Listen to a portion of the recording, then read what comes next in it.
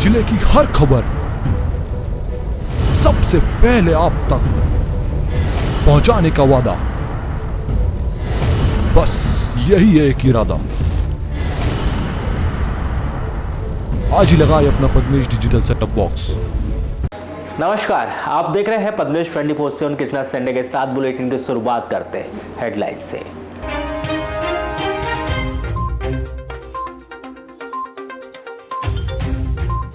माता पिता के बीच में सो रहे दो मासूम बच्चों के ऊपर शरारती तत्व ने पेट्रोल डीजल से जलता हुआ फेंका कपड़ा। आग से झुलसे दो मासूम बच्चे, जिला अस्पताल में किया गया भर्ती।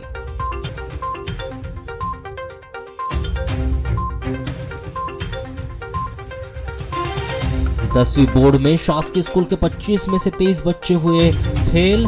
परीक्षा परिणाम से नाखुश छात्रों ने गांव के स्कूल में पढ़ने से किया इनकार।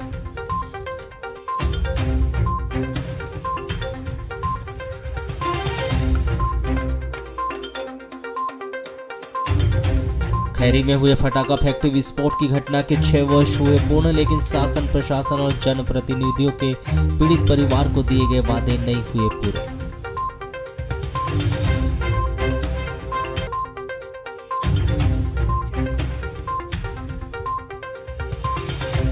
लाल चंदन के पेड़ ने बदली वृद्ध की तकदीर। 35 वर्ष की उम्र में शख्स ने लगाया था पौधा, अब किसी भी समय बन जाएगा लखपत।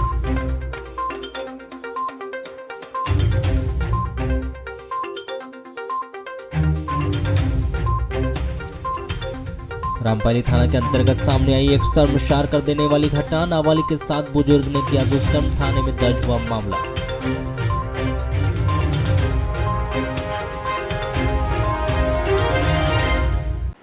हट्टा थाना क्षेत्र के अंतर्गत आने वाले ग्राम सालटे का बस्ती में उस वक्त हड़कंप मच गया जब एक व्यक्ति ने अपने स्वयं के कच्चे मकान में आग लगा ली और वह व्यक्ति आग लगाने के बाद फरार हो गया। आगजनी की घटना को देखते हुए आसपास के लोगों में अफरा तफरी मच गई और लोग किसी तरह से आग को बुझाने का प्रयास करने लगे, लेकिन उक्त आग पर काबू पाने में वे सफल नहीं हो पाए, जिस पर किसी ने इसकी सूचना पुलिस को भी दे दी। जहां पर मौके पर पहुंची हट्टा पुलिस ने नगरपालिका फायर ब्रिगेड को अमले को इसकी सूचना दी। जहां मामले की सूचना मिलते ही फायर अमला मौके पर पहुंचा और कड़ी मशक्कत के बाद उक्त मकान में लगी आग पर उन्होंने आग काबू पाया। हालांकि मकान मालिक अनमोल बिसेन पिता झुंगा विषय ने स्वयं अपने घर में आग क्यों लगा ली, फिलहाल यह स्पष्ट नहीं हो पाया, जिसकी जांच हट्टा पुलिस के द्वारा की जा रही है। सालेटे का बस्ती में रहने वाले अनमोल बिसेन ने स्वयं अपने घर में आग क्यों लगा ली, फिलहाल यह तो स्पष्ट नहीं हो पाया, लेकिन सूत्र बताते कि अनमोल घर पर अकेला रहता था, जो बाजू जमीन पर स्वयं का पक्का मकान बना रहा था। बताया यह भी जा रहा है कि अनमोल और उसके बच्चे उसके साथ करीब 1 माह से नहीं रह रहे थे। उसकी बीवी अपने बच्चों को लेकर मायके चली गई थी। वह अनमोल घर पर अकेला रहता था, जो शराब पीने का आदी था। स्वयं को कच्चे मकान में उन्होंने आग लगा ली और वह भाग गया। जहां आगजनी की इस घटना में घर गृहस्थी का सामान जलकर खाक हो गया है। बताया जा रहा है कि यदि समय रहते आग पर काबू पाया नहीं गया होता तो कच्चे मकान में लगी यह भीषण आग आसपास के अन्य मकानों को भी अपनी चपेट में ले लेती। लालबरा नगर मुख्यालय में महिला व बाल विकास विभाग का कार्यालय प्रारंभ किया गया और इस विभाग के माध्यम से नौनिहाल बच्चे व महिलाओं के हित में चलाई जा रही योजनाओं व आंगनबाड़ी केंद्रों का संचालन किया जाता है, परंतु कार्यालय प्रारंभ हुए 24 साल बीत जाने के बाद भी भवन का निर्माण कार्य नहीं किया गया। ऐसी स्थिति में महिला व बाल विकास विभाग का कार्यालय आज भी किराए के आवासीय भवन में फर्स्ट फ्लोर पर संचालित हो रहा है, जिसके कारण दूर दराज से ग्रामीण क्षेत्रों से पहुंचने वाले महिलाओं को सीढ़ियां चढ़ने में उतरने में परेशानियों का सामना करना पड़ रहा है। महिला व बाल विकास विभाग का कार्यालय प्रारंभ हुए 24 साल बीत जाने के बाद भी महिला व बाल विकास विभाग का स्वयं का भवन होने के कारण किराए के भवन में वे संचालित किया जा रहा है। कई बार अधिकारी कर्मचारियों के द्वारा शासन को भवन निर्माण के लिए मांग पत्र भी भेजा गया, परंतु वर्तमान समय तक भवन का निर्माण तक नहीं किया गया। जबकि क्षेत्रीय विधायक गौरीशंकर बिसेन सहित अन्य जनप्रतिनिधि क्षेत्र में विकास कार्य करने का गाथा सुनाते हैं, परंतु महिला व बाल विकास विभाग भवन विहीन है। इस और किसी का कोई ध्यान नहीं है, जो समझ से परे लग रहा है। क्षेत्र के जागरूक नागरिकों ने शासकीय विभाग को स्थायी कार्यालय के लिए शासकीय भवन मुहैया करवाने की मांग शासन प्रशासन से की है। उनसे चर्चा करेंगे कि वो स्वयं का भवन बनाने के कोई भी योजना से स्वयं का भवन बनाए। जैसे मैडम आप गए होंगे वहाँ पे, तो किस तरह से असुविधाएं होती हैं वहाँ पे? तो पहली बात तो वहाँ पे यानी जो महिलाओं के लिए जो व्यवस्था होनी चाहिए वो हो नहीं पा रही है। जैसे विभागीय अधिकारी विभाग के अधिकार है महिला बाल विकास का कार्यालय 1999 संचालित हो रहा है। भवन है स्वयं का? इसमें स्वयं का भवन नहीं है, उससे किराए से ही चल रहा है। इसका 6,000 रुपये किराया दिया जाता है और यहाँ पे बैठक व्यवस्था अच्छी नहीं है, बैठने के लिए दिक्कत जा रही है। हाल वगैरह मीटिंग लेने के लिए हाल नहीं है, खाद्यान्न रखने के लिए गोदाम की व्यवस्था नहीं है जो प्राइवेट है, जिसमें जगह होने रामपाली थाना के अंतर्गत एक शर्मसार कर देने वाली घटना सामने आई है, जिसमें 6 जून की करीब सुबह 10 बजे एक 50 वर्षीय बुजुर्ग के द्वारा 8 वर्षीय नाबालिग के साथ दुष्कर्म की घटना को अंजाम दिया गया, जिससे लोगों में आक्रोश व्याप्त है। इस घटना में पुलिस के द्वारा आरोपी के खिलाफ अपराध दर्ज कर मामले को जांच में लिया गया है।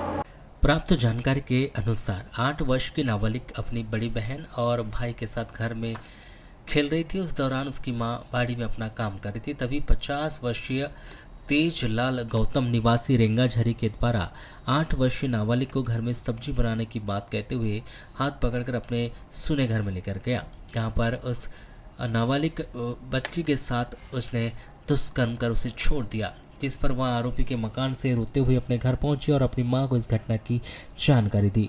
मां के द्वारा लड़की को देखकर घटना की जानकारी अपने पति को दी गई और दोनों ने नाबालिग को तत्कालीन उपचार के लिए शासकीय अस्पताल रामपाली में भर्ती कराया, जहां उसका उपचार जारी है। इस घटना की शिकायत रामपाली थाने में दर्ज की गई। पुलिस ने प्रार्थी की रिपोर्ट पर रेंगाझरी निवासी 50 वर्षीय तेजलाल गौतम के खिलाफ भारतीय दंड विधान की धारा 376 A-B व पास्को एक्ट की धारा 5/6 के तहत अपराध पंजीबद्ध कर जांच में लिया है। वहीं आरोपी की सरगर्मी से पतासाजी की जा रही है। अगर आप कोई सामाजिक समारोह में जा रहे हैं तो सावधान हो जाइए। क्या पता आपके घर की रेकी कौन शख्स कर रहा है जो आधी रात में ही आपके घर में घुसकर सेंधमारी कर दे। इसी तरह की एक वारदात वार्ड नंबर 1 निवासी पेशे से शिक्षक दीपचंद पारदी के घर में गत दिवस हुई। चोरी की वारदात में अज्ञात चोरों ने घर का सामान बिखरा दिया, मगर वह जेवरात पर हाथ साफ नहीं कर पाए, क्योंकि ऊपर रहने वाले किराएदार को इसकी आहट हो गई थी, जिसकी वजह से चोर सामने से तो दाखिल हुए मगर उन्हें दबे पांव पीछे से भागना पड़ा। चोरों ने सिर्फ 1,000 रुपये जो नकदी अलमारी में रखे थे उन्हीं को लेकर जाना पड़ा। सर ये ताला तोड़े और अंदर जो है पूरा खोजे हैं और उसमें उनको ऐसा ज़्यादा कुछ तो मिला नहीं, क्योंकि कुछ था नहीं, और कुछ चिल्लर जो है चिल्लर पैसा था 1,500 रुपये 1,000 रुपये वो गए। जेवर जट्टा नहीं लेकर गए? जी था नहीं, तो नहीं लेकर गए। नहीं। आचार्य विद्यासागर जी महाराज के संघस्थ की आर्य का सूत्रमती माताजी, शीतलमती माताजी व सुशांतमती माताजी के दीक्षा ग्रहण के 26 वर्ष पूर्ण व 27वें साल प्रारंभ होने पर 6 जून को नगर मुख्यालय स्थित दिगंबर जैन मंदिर में दीक्षा दिवस समारोह हर्षोल्लास के साथ मनाया गया। इस अवसर पर उपस्थित जनों के द्वारा भगवान श्री जी एवं धार्मिक ग्रंथ की विधि विधान से पूजन अर्चना किया गया। तत्पश्चात आचार्य विद्यासागर जी महाराज के संघस्थ की आयरी का सूत्रमती माताजी एवं उनके साथ आई अन्य माताजी के द्वारा संगीतमय सत्संग प्रवचन दिया गया और उपस्थित जनों ने प्रवचन ग्रहण कर धर्म लाभ अर्जित किया।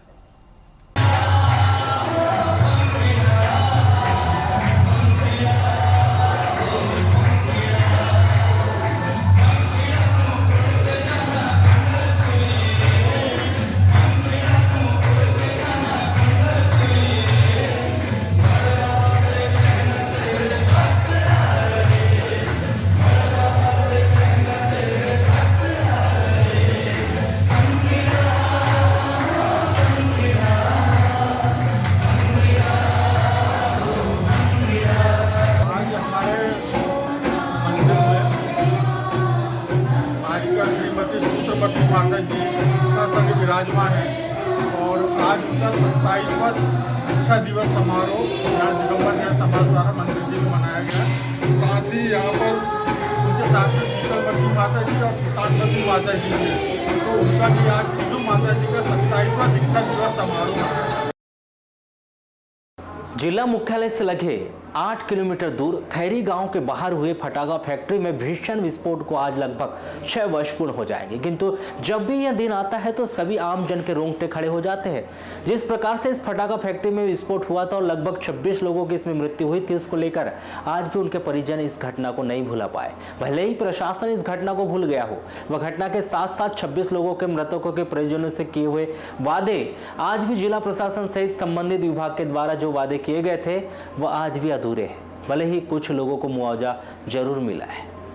आपको बता दें कि 7 जून 2017 को जिला मुख्यालय से लगे ग्राम खैरी के गांव के बाहर एक फटाका फैक्ट्री संचालित की जा रही थी, जिसमें अचानक विस्फोट होने से यहां पर लगभग 26 लोगों की मौत हादसे में हुई थी और जिला प्रशासन के द्वारा इनके परिजनों से मुआवजे के साथ साथ कुछ वादे भी किए गए थे जो आज भी अधूरे हैं। घटना के कुछ दिन बाद तक जरूर जिला प्रशासन और राजनीतिक जनप्रतिनिधियों के द्वारा मृतकों के परिजनों से सहानुभूति रखी गई थी, किंतु जैसे जैसे समय बीतता गया वैसे वैसे शासन प्रशासन और राजनेताओं ने इन परिजनों से दूरियां बनाते चले गए। आज लगभग 6 वर्ष बीत जाने के बाद भी किसी भी शासन प्रशासन और जनप्रतिनिधियों को मृतकों के परिजनों से किए गए वादे पूर्णतः भुला दिए गए हैं। वहीं इस घटना में बहुत ऐसे परिजन भी हैं जिनके घर में कमाने वाला अब कोई नहीं बचा है, वह मजदूरी कर अपना भरण पोषण कर रहे हैं, जबकि उस समय मृतकों के परिजनों से कहा गया था कि उनके परिजनों को एक एक नौकरी दी जाएगी, जिनके घरों में बड़े सामाजिक काम है उनका खर्चा उठाया जाएगा। किंतु घटना के बीच जाने के बाद भी कोई जनप्रतिनिधि और जिला प्रशासन द्वारा आज तक उन परिजनों से ना तो मिला गया है और न ही उनके हालचाल जानने की भी कोशिश की गई। जबकि देखा जाए तो इस घटना को हुए बीते लगभग 6 वर्ष हो चुके हैं। आज तक इस घटना की जिस प्रकार से जांच करवाए जाने की बात कही रही थी, तो जांच रिपोर्ट भी आज तक सार्वजनिक नहीं की गई और न ही इसकी रिपोर्ट मृतकों के परिजनों को दिखाई गई। वहीं मानवता का परिचय देते हुए ग्राम पंचायत खैरी के द्वारा हर वर्ष 7 जून को आज ही के दिन अपने स्तर पर मृतकों के परिजनों को बुलाकर पुण्यतिथि का कार्यक्रम ग्राम पंचायतों में ही किया जा रहा है एवं वहां भी जब पंचायत के द्वारा संबंधित विभाग के अधिकारी कर्मचारियों को बुलाया जाता है तो वहां भी इस दिन कार्यक्रम में उपस्थित नहीं होते, ऐसे ग्राम के सरपंच के द्वारा भी बताया गया है। कल जो है 6 साल हो जाएंगे इस घटना को। शासन से मुआवजा मिला होगा आपको? वो मिला शासन से। अच्छा, उसके बाद कभी प्रशासन का कोई अधिकारी आपके यहाँ सुध लेने आया, किस स्थिति में आप कैसे हैं? नहीं, उसके बाद में तो कोई देखने नहीं आए हैं, तो जो गरम में आए तभी आए थे बस। अच्छा, जैसे एक परिवार को नौकरी की भी बात कही गई थी उस समय? नहीं, नौकरी वोकरी कुछ नहीं मिली है। देने के लिए बोले थे पर दिए नहीं। कोई दे रहे तो नगर पालिका वाले हैं, तो कहीं है तो ये गाड़ी एजेंसी में कुछ में है तो, पर नहीं, फिर उसके बाद में कुछ नहीं। अभी जैसे क्या आपके यहाँ कोई कौन है मेन कमाई वाला? कौन? कोई नहीं है, सब मेन कमाई वाला। फिर कैसे आप लोग का घर परिवार चलता है? वही है, बनी मजदूरी करो आप।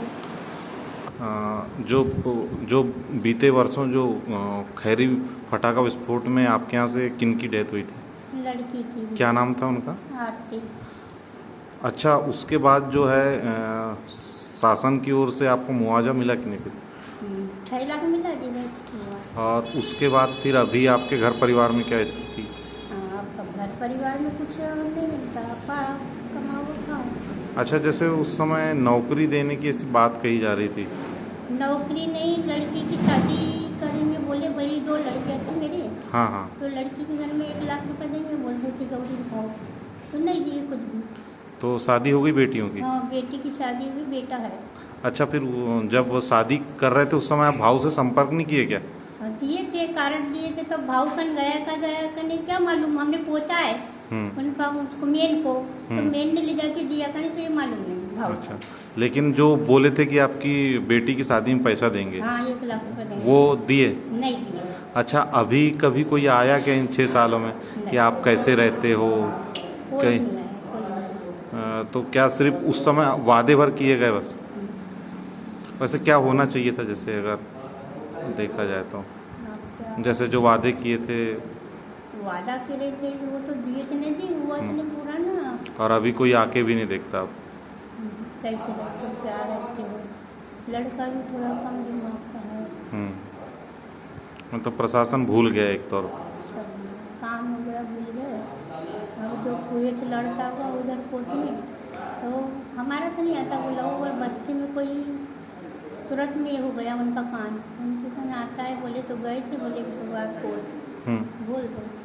अच्छा, उसकी रिपोर्ट आएगी बोल रही थी, जांच रिपोर्ट। आपके यहाँ कोई ऐसी रिपोर्ट आई क्या ऐसी कि ये घटना कैसे हुई थी, क्यों हुई? ऐसा कुछ नहीं। और जैसे अभी क्या पंचायत में हर साल पुण्यतिथि मनाते हैं क्या पंचायत वाले? कल मनाएंगे पुण्यतिथि? हाँ, पुण्यतिथि तो साल में एक बार मनाते हैं, तो आते हैं पुण्यतिथि राजा दुलारी। ये लोग अपने तरफ से मनाते हैं? तो आते हैं साल में एक बार। जैसे कि हमारे यहाँ विगत 7 जून 2017 में फटाका फैक्ट्री में जो बम कांड हुआ था, विस्फोट हुआ था, उसमें 26 लोगों की मृत्यु हो चुकी थी और जिसमें शासन द्वारा उसकी मजिस्ट्रेट जांच भी चली है। जांच का अभी तक पता नहीं है, लेकिन हम लोग उस कार्यक्रम को अभी तक निरंतर 7 जून में उसकी पुण्यतिथि के अवसर पर हम लोग इसको मनाते रहे। जैसे भी ग्राम पंचायत में जब से हम लोग हैं तब से इस कार्यक्रम को निरंतर चलाते रह रहे हैं, जिसमें श्रीमान राजा लिल्हारे का विशेष सहयोग रहता है इस कार्यक्रम में। इसके पूर्व विशाल बिसेन ने भी हमें 1 साल इस कार्यक्रम को करने में सहयोग किया था। उसके बाद में राजा लिल्हारे ने अपने ऊपर लिया, क्योंकि कोरोना काल के कारण विगत 3 वर्षों से इस कार्यक्रम को हमने साधारण रूप से कराया था, पर कराया था जरूर, बंद नहीं किए थे हम लोगों ने। इस बार भी वैसी है, अपन लोग जो कथा पूजा पंचायत के माध्यम से और सुंदरकांड, रामायण मंडल वगैरह इसका काम करते हैं। लोगों को बुलाते हैं, सभी परिवार को भी बुलाते हैं हम लोग। कुछ आते हैं, कुछ नहीं आ पाते। तो इस कार्यक्रम को हम लोग अपने स्तर से तो निरंतर जारी रखें, और जब तक हम लोगों से ऐसा कार्यक्रम होगा तो अपन लोग इनकी याददाश्त में जरूर करते रहेंगे। हमें यहाँ देखा जाए तो किसी राजनीतिक तौर पर किसी का सहयोग नहीं मिला। विधायक सांसद कभी इस मुद्दे के ऊपर कभी उन्होंने आके पंचायत में कभी इस स्तर पर बात नहीं किया, कभी वो इस पुण्यतिथि के अवसर पर उपस्थित नहीं हुए, जबकि हम सभी को आमंत्रित करते हैं। आना चाहिए। न पदाधिकारी आते कोई और न कोई अधिकारी, यहाँ बड़े अधिकारी, उच्च अधिकारी भी कभी यहाँ आज तक के आने का उनका ऐसा नहीं समझ आया है। हम चाहते हैं कि आना चाहिए इस अवसर पर, इतनी बड़ी हताहत घटना में जरूरी था।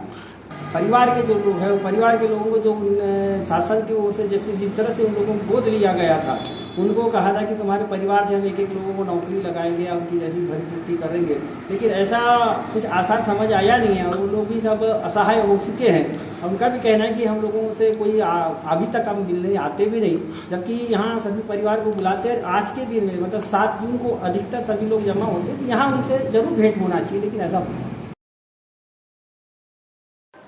परीक्षा में पास होने के लिए छात्र कड़ी मेहनत करे और पेपर भी अच्छे जाए, उसके बावजूद भी रिजल्ट खराब आए तो इसमें छात्र छात्राओं का आक्रोशित होना जायज है।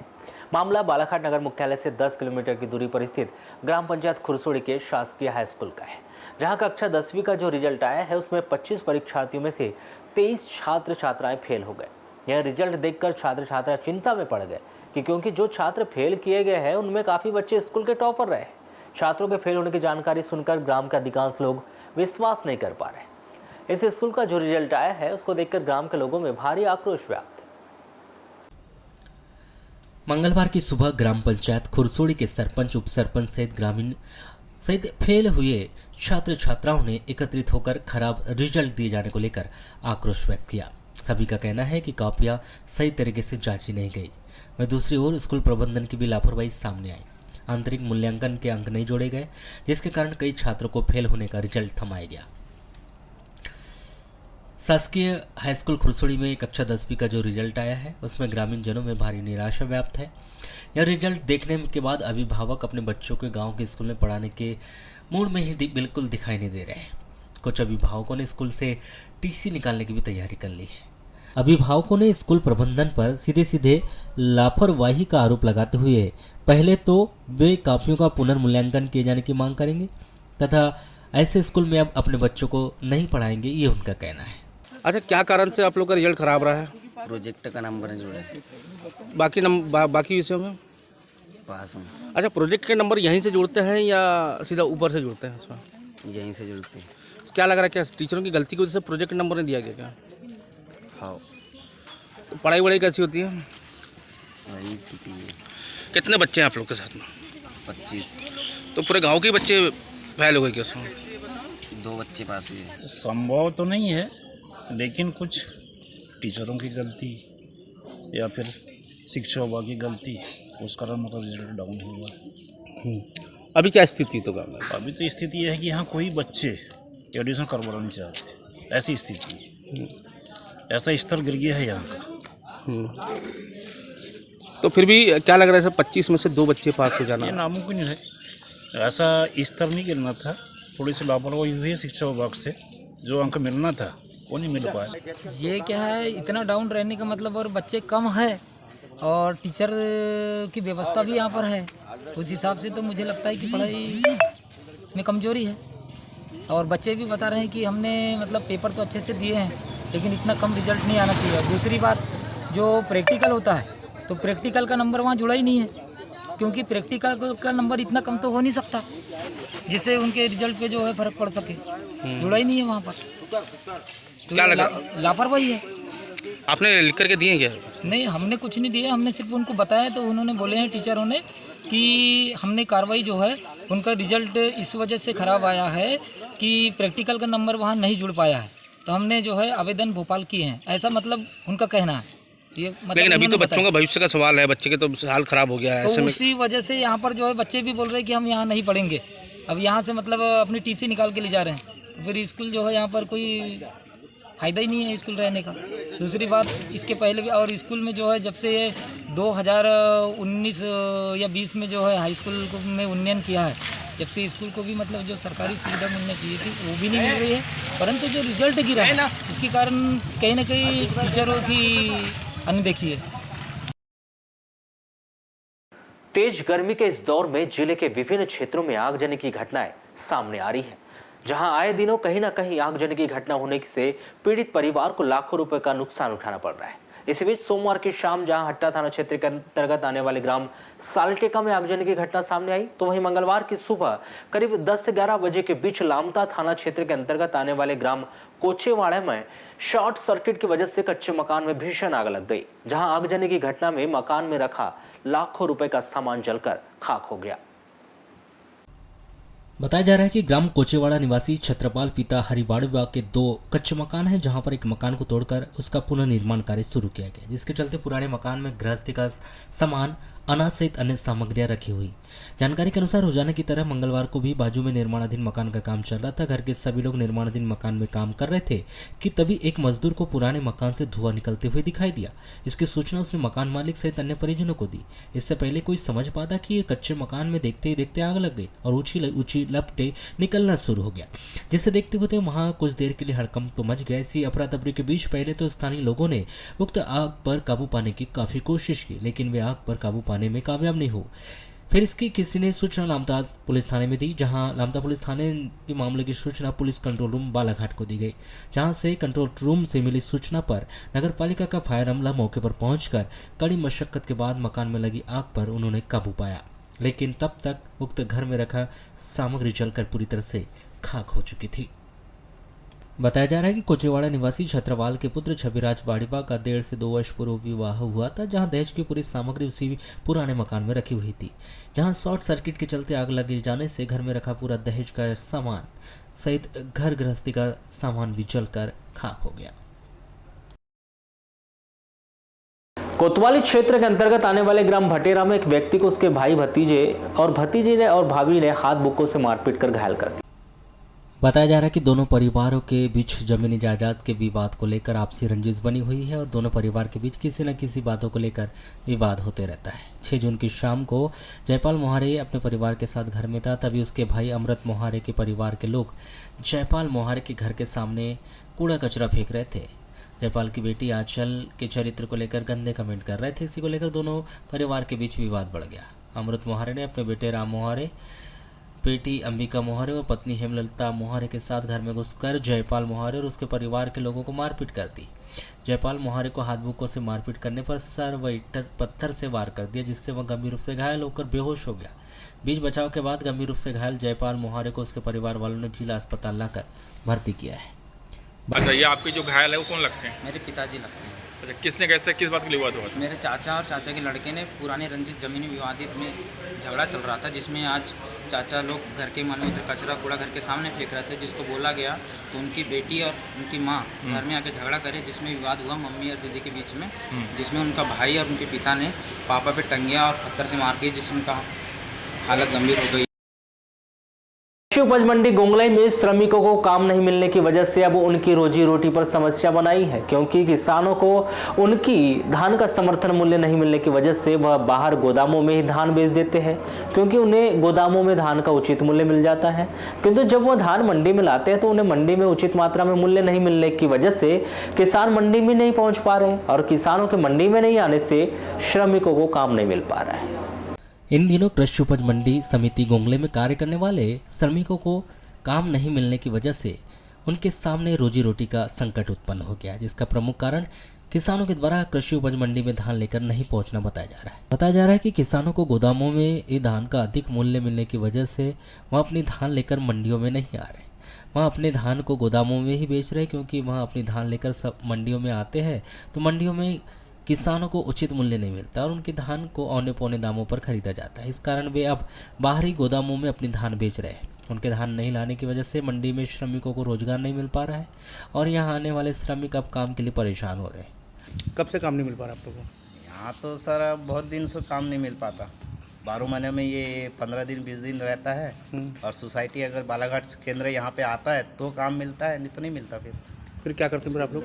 वही फिर इधर गोदामों में दूसरे के पास में काम में जाते हैं, उसके अलावा कुछ नहीं। वहाँ पे भी काम में जाते हैं हम लोग, वो काम मिलता है तो ठीक, नहीं तो वापसी आओ। अच्छा, कब से कारोबार जी आप यहाँ पे हमाली करते हैं? सर मेरे को तो 24-25 साल हो गए हमाली करते, पुरानी मंडी से हमाली करते आ रहा हूँ। जैसे अभी समस्या आ रही है, अब काम नहीं मिल पा रहा आप लोगों को? सर अभी अब समस्या आ रही है तो काम परिवार पालने का समस्या सबसे ज़्यादा है। यहाँ एक तो हमारे को डेली काम मिले या रेगुलर किया जाए या मंथली बांध दिया जाए हमारे लिए, क्योंकि परिवार पालने के लिए बहुत समस्या खड़ी हो जाती है। सर यहाँ 15 दिन काम करो, 11-12 तारीख से माला है रबी का, 30 तारीख से बंद हो गया, 30-1-2 तारीख से। अब वही है, चौक में घूमो, कहीं कहीं काम धंधा देखो। वार्ड नंबर 28 से। अच्छा ये बताइए, अभी मंडी में आप लोगों का काम किसने छीना है? अब देखो मेन चीज़ तो भैया बोलोगे तो रेट की ही कमी है बस। अब देखो गोदाम में सेठ लोग ले रहे हैं 1800 1900, और यहाँ जब धान आता है किसानों का तो 1500 1600 लगाते, तो कहाँ से धान आएगी? यही मेन चीज़, यही तो मुद्दा है बस। एमपीआरडीसी के माध्यम से ठेकेदार के द्वारा कंजई से लेकर बालाघाट तक खराब सड़क का मरम्मत कार्य किया जा रहा है, परंतु यह कार्य भी एक तरह से खानापूर्ति ही नजर आ रहा है, क्योंकि प्रशासन के द्वारा जो मरम्मत कार्य करवाया जा रहा है वह घटिया तरीके से यानी गुणवत्ताहीन करवाया जा रहा है, जिसके कारण सड़क का मरम्मत कार्य कुछ ही दिनों में भी डामर उखड़ने लगा है और सड़क जस की तस स्थिति में निर्मित हो रही है। बालाघाट सिवनी हाईवे मार्ग पर नवीन निर्माण कार्य गुणवत्तापूर्ण किया जाना चाहिए था, क्योंकि इस मार्ग से ओवरलोड वाहनों के साथ ही इंदौर, भोपाल, जबलपुर सहित अन्य बड़े शहरों के लिए बसों व 4 पहिया वाहनों से लोग आवागमन करते हैं, परंतु प्रशासन के द्वारा खराब सड़क का मरम्मत के नाम पर थूक पॉलिश कर सिर्फ खानापूर्ति की जा रही है।